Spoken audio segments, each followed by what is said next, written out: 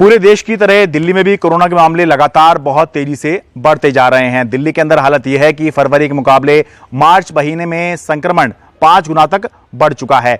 फरवरी महीने में जहां पूरे महीने के अंदर 4193 मामले सामने आए थे, वहीं मार्च महीने में अब तक 20,330 मामले सामने आ चुके हैं। सीधे सीधे 5 गुना तक संक्रमण जो है दिल्ली के अंदर एक महीने के अंदर जो है बढ़ चुका है। हालांकि यही बताना जरूरी है कि फरवरी महीने में जहां औसत टेस्ट रोजाना करीब 58,000 थे, वहीं मार्च महीने में औसत टेस्ट रोजाना के 72,000 हो रहे हैं। यानी कि टेस्ट जो है पहले के मुकाबले ज्यादा हो रहे हैं। लेकिन यह सत्य है कि मामले जो हैं पहले के मुकाबले बढ़ रहे हैं और जो संक्रमण दर है, पॉजिटिविटी रेट जो है, जो ये बताती है कि भले ही टेस्ट ज्यादा हो जाए, कम हो जाए, लेकिन उससे पता लगता है कि संक्रमण बढ़ रहा है या घट रहा है। उससे एक साफ पता लग रहा है कि संक्रमण जो है वो बहुत तेजी से दिल्ली के अंदर बढ़ रहा है। अब क्योंकि ये बहुत तेजी से बढ़ा है तो उसकी वजह से दिल्ली के अंदर कुछ प्राइवेट अस्पतालों में, कुछ बड़े प्राइवेट अस्पतालों में आईसीयू और वेंटिलेटर इनकी किल्लत दिखनी शुरू हो गई है। हालांकि आप बड़ी तस्वीर देखेंगे तो उसमें कोई चिंता की बात नजर नहीं आएगी। जो बड़ी तस्वीर है दिल्ली कोरोना ऐप, जो दिल्ली सरकार की ऐप है, जो ये बताती है कि दिल्ली के अंदर कोविड बेड्स जो हैं उनकी क्या स्थिति है, उसको जब हम देखते हैं तो सुबह 11 बजे का जो डेटा है वो ये बता रहा है कि दिल्ली के अंदर कुल 5,797 बेड्स हैं कोविड के, जिसमें से केवल 1,604 पर ही इस समय मरीज हैं और 4,193 बेड जो हैं वो अभी खाली हैं। यानी कि कोई चिंता की बात यहां पर अभी नजर नहीं आती है। लेकिन जब थोड़ा माइन्यूटली जाते हैं, थोड़ा और डिटेलिंग करते हैं, केस टू केस देखते हैं हॉस्पिटल का, तो ये ऐप दिखा रही है कि जो बड़े प्राइवेट अस्पताल हैं और इक्का दुक्का कुछ सरकारी अस्पताल हैं, लेकिन ज्यादातर प्राइवेट अस्पताल ही हैं, वहां पर आईसीयू और वेंटिलेटर इनकी किल्लत दिखनी शुरू हो गई है। और दिल्ली सरकार भी इस बात को मान रही है कि जिस तरह से संक्रमण बढ़ रहा है उसे देखते हुए और जिस तरह से मरीज एडमिट हो रहे हैं अस्पतालों में, प्राइवेट अस्पतालों में तो आईसीयू वेंटिलेटर की दिक्कत दिख रही है। लेकिन वैसे भी क्योंकि अब तेजी से केस बढ़ रहे हैं, तो जहां दिल्ली सरकार ने दिसंबर के आखिरी में कोविड बेड्स में कमी की थी, वहीं अब लग रहा है कि जल्द ही जो है वापस जो कोविड बेड्स की संख्या है वो उसको बढ़ानी पड़ सकती है। दिल्ली के स्वास्थ्य मंत्री सत्येंद्र जैन इस बात को मान भी रहे हैं और जल्द ही इसको रिव्यू करने की बात भी कर रहे हैं। आईसीयू बेड्स को लेकर फिर समस्या खड़ी हो रही है क्योंकि प्राइवेट हॉस्पिटल्स में आईसीयू बेड्स अब खत्म होते जा रहे हैं, क्योंकि आप नहीं बेड्स को आज रिव्यू किया जाएगा और आज ही इसके लिए इंतजाम किए जाएंगे। सरकारी अस्पतालों के अंदर बहुत सारे वेंटिलेटर और आईसीयू बेड्स बहुत सारे खाली हैं।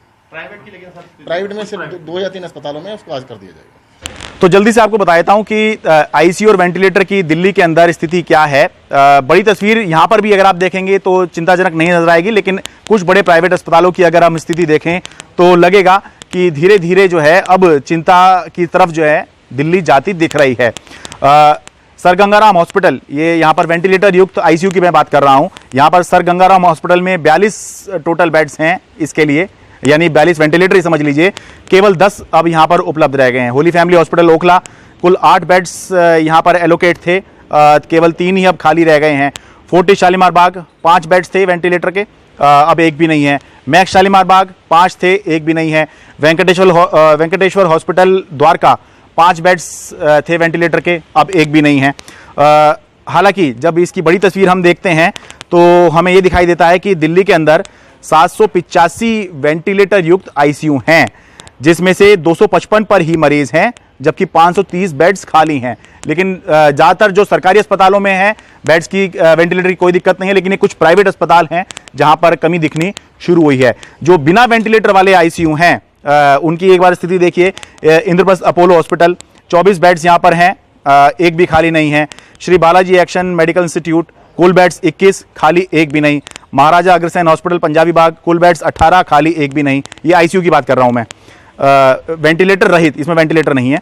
मैक्स हॉस्पिटल शालीमार बाग कुल बेड्स हैं 17, खाली एक भी नहीं। जयपुर गोल्डन हॉस्पिटल रोहिणी कुल आईसीयू बेड हैं 16, खाली एक भी नहीं। वेंकटेश्वर हॉस्पिटल द्वारका कुल आईसीयू बेड्स हैं 15, खाली एक भी नहीं। फोर्टिस एस्कॉट हार्ट इंस्टीट्यूट ओखला कुल 12 आईसीयू हैं, खाली एक भी नहीं। फोर्टिस हॉस्पिटल शालीमार बाग कुल आईसीयू हैं 12, खाली एक भी नहीं। सर गंगाराम 9 आईसीयू हैं, खाली एक भी नहीं। फोर्टिस हॉस्पिटल बसंत कुंज कुल आईसीयू हैं 8, खाली एक भी नहीं। इसके अलावा बाबा साहब अम्बेडकर जो दिल्ली सरकार का अस्पताल है, इसमें 9 आईसीयू हैं, लेकिन सभी के सभी जो है भरे हुए हैं। और इसकी जब हम बड़ी तस्वीर देखते हैं तो नज़र तो ये आता है कि कुल 1225 आईसीयू हैं कोविड के लिए जो एलोकेट किए गए हैं दिल्ली के अंदर। इनमें से केवल 372 पर ही अभी मरीज हैं, जबकि 853 खाली हैं। लेकिन ये कुछ बड़े प्राइवेट हॉस्पिटल की मैं बात कर रहा हूँ जहाँ पर ये किल्लत दिखनी शुरू हुई है। और ये भी बात है कि इसमें चिंता भी करने वाली बात है और नहीं भी है। चिंता करने वाली बात इसलिए कि संक्रमण लगातार बढ़ रहा है और एक बार फिर से हम उसी तरफ जा रहे हैं जहां हम पहले थे। हमने देखा था नवंबर दिसंबर में केस बहुत ज़्यादा बढ़ गए थे, तो ये एक चिंता वाली बात है। चिंता वाली बात नहीं है क्योंकि ये भी बात है कि इससे पहले हम देख चुके हैं कि इससे ज़्यादा बेड्स उपलब्ध थे कोविड-19 के लिए। तो सरकार को केवल एक मीटिंग करनी है और ये फैसला लेना है। क्या वो समय आ गया है कि जब अस्पतालों में बेड्स की संख्या है, चाहे वो आईसीयू, वेंटिलेटर हों या फिर नॉर्मल बेड्स हों, क्या उनकी संख्या अब बढ़ाने का समय आ गया है? तो सरकार को केवल एक फैसला लेना है, कोई चिंता वाली बात है नहीं। लेकिन चिंता की बात फिर भी ये इसलिए है क्योंकि जब सरकार बेड्स की संख्या बढ़ाती है तो ये बेड्स कहीं अलग से नहीं आ जाते हैं। ये जो पहले से ही बेड्स हैं, जो नॉन कोविड में जो दूसरे बीमारी के मरीजों का इलाज जिन पर चल रहा होता है, चाहे वो नॉर्मल बेड हो, आईसीयू हो, वेंटिलेटर हो, तो उनमें से ही कटौती करके सरकार को इस कोविड के लिए एलोकेट करने पड़ते हैं।